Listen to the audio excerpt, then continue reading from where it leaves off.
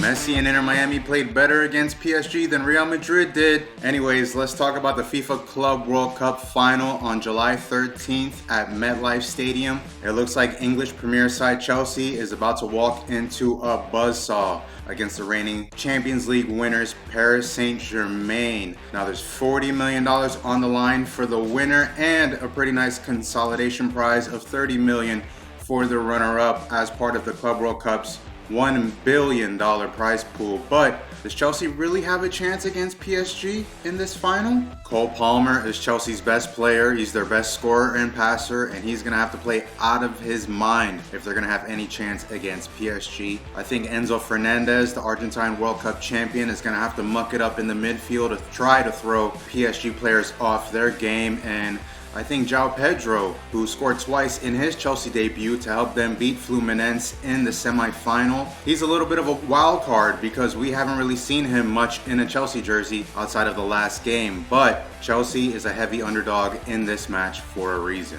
PSG is just playing like one of the best soccer teams we've ever seen. They've won every trophy they could in the last year and are the convincing favorites to hoist another in the Club World Cup final. Now they have allowed just one goal in the tournament during the group stage in their loss to Botafogo, but it seemed to wake them up in this run towards the final. Now coach Luis Enrique, who led Lionel Messi and Barcelona to the Champions League and the European treble in 2015, has done it again this year with PSG. This was a team that had so many stars like Kylian Mbappe and Lionel Messi and Neymar, and they're still pretty stacked with players like Dembele and Desiree Doué and Hakimi and Fabian Ruiz, who are going to cement themselves even further in this Club World Cup final.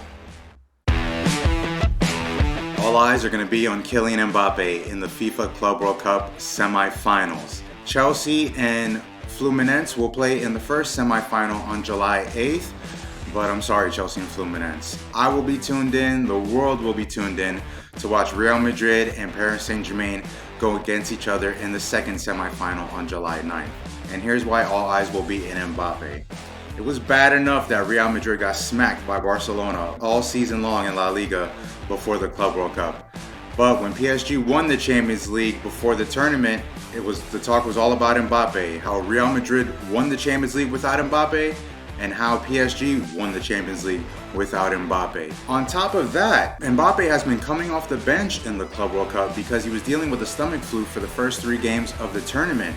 In his place has been Gonzalo Garcia, a 21-year-old kid who has scored in 4 of the 5 Real Madrid games in the Club World Cup. And Mbappe has been coming off the bench to replace him in the lineup.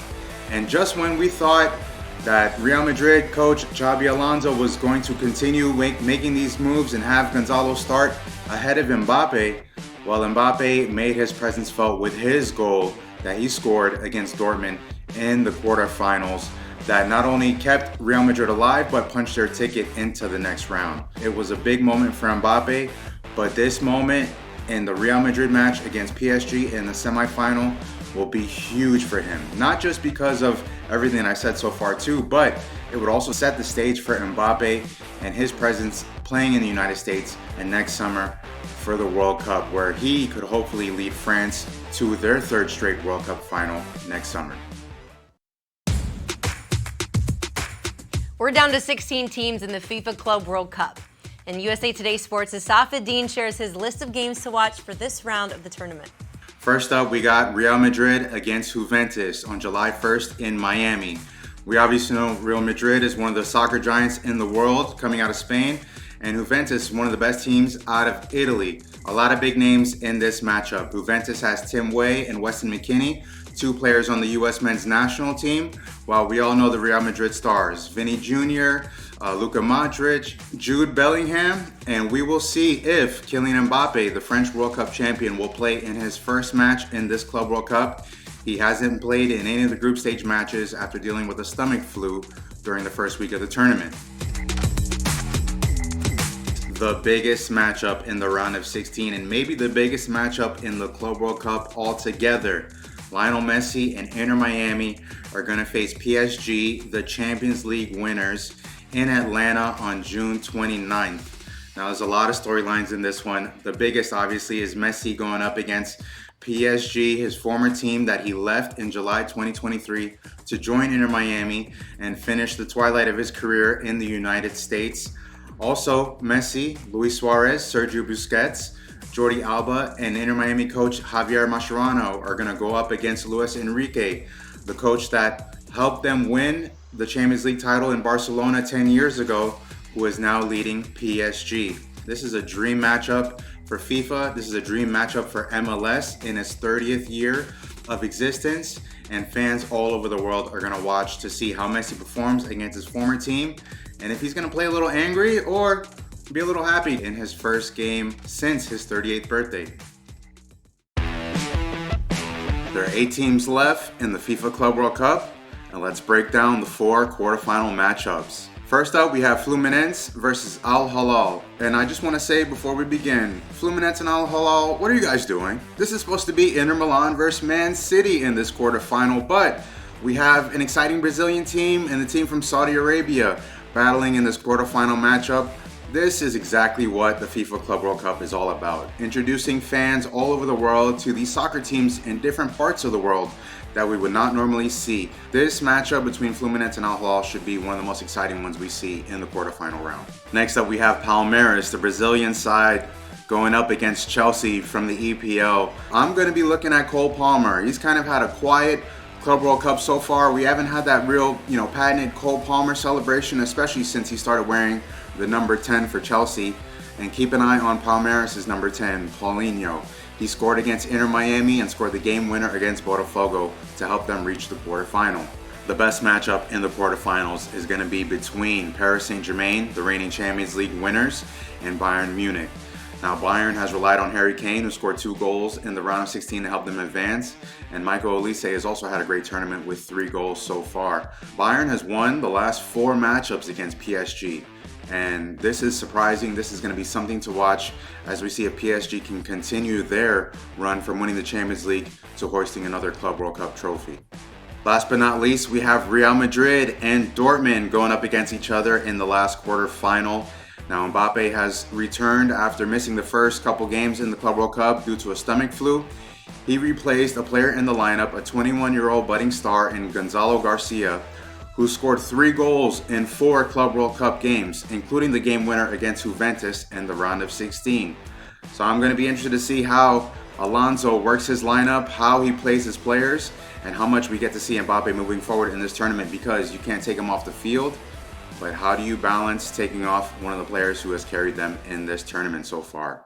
Well, what we thought would happen did happen, and Lionel Messi and Inter Miami have been eliminated in the FIFA Club World Cup thanks to the hands of Paris Saint-Germain, the European champions, the reigning Champions League winners. What did we expect for an MLS team that's just 5 years into existence, that just so happens to have the greatest player on the world, to do against the reigning champs and PSG? Obviously, you can see the crowd was very much into it, right? The crowd was very Inter Miami heavy, very Messi heavy, and they were waiting for Lionel Messi to deliver that one moment that they could cheer for, and sadly he was unable to deliver it against PSG in a 4-0 loss in the round of 16 in the Club World Cup. Look, even though Inter Miami took a really bad loss, this tournament was just all about them making it to this step. They can hang on their hats that they were one of the best 16 teams in the world, and that's something that can really take and go further with as they continue this franchise, with hopefully Lionel Messi staying on and re-signing a new deal for at least through next season, and hopefully playing with Argentina in the next World Cup as well. Look, Inter Miami carried the torch for Major League Soccer in this tournament, and Major League Soccer tried its best. It's continuing to try its best to really shed its notion that it's a retirement league, or it's where old stars come to just play their final years of their career. I mean, Messi, Luis Suarez, Sergio Busquets, they looked very much the older, players 10 years after they won the Champions League with Barcelona today against the current Champions League winners, right? But MLS has shown it can be competitive, and Messi and Inter Miami helped carry the torch for them in that. And now we see how MLS moves forward as well too, with expanding rosters and expanding the payroll so they can have better players that can perform on big stages like this. And this is just only the start. The Club World Cup, the MLS teams are out of it. The tournament will continue. We'll get to see some of the best clubs in the world still play in the quarterfinals, semifinals, and in the final on July 13th 13th at MetLife Stadium, and it's still going to be a really entertaining tournament the rest of the way.